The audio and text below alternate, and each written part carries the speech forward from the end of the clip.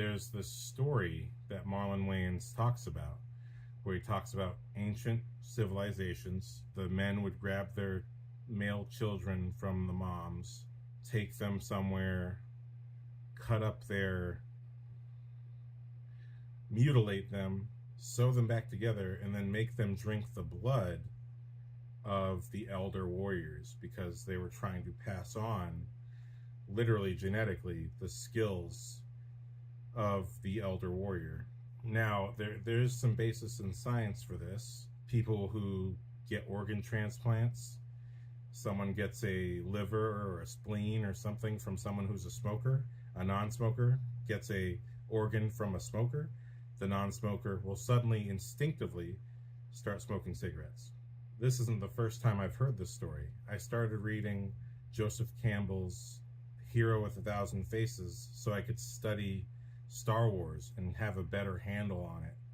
But, you know, the prequel hate, I was all about that, because George Lucas had studied Joseph Campbell's work and got to know the guy in order to develop the story for Star Wars.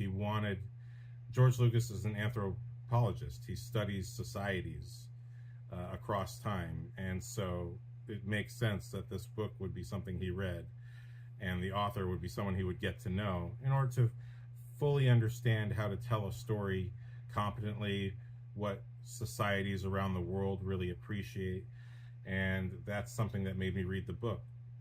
However, I must say, the first 150 pages, I wouldn't say I blew through, but they were so fascinating because it was so well-rounded. There were so many cultures that Joseph Campbell talked about.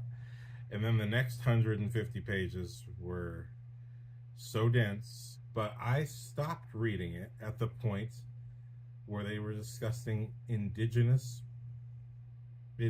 cultures that would grab the boys, take them from their mothers, and then they would be mutilated. There would be the sharing of the blood of the older male, and for that exact intention to pass on genetically through the blood the memories and skills of how to do things, you know? So like, that's fascinating. Historical notions of the powers of blood transfer, and the fact of the matter is that it is revealed across this movie that all these little injections that our main character has been getting, that those injections were little samples of blood from the Marlon Wayans character.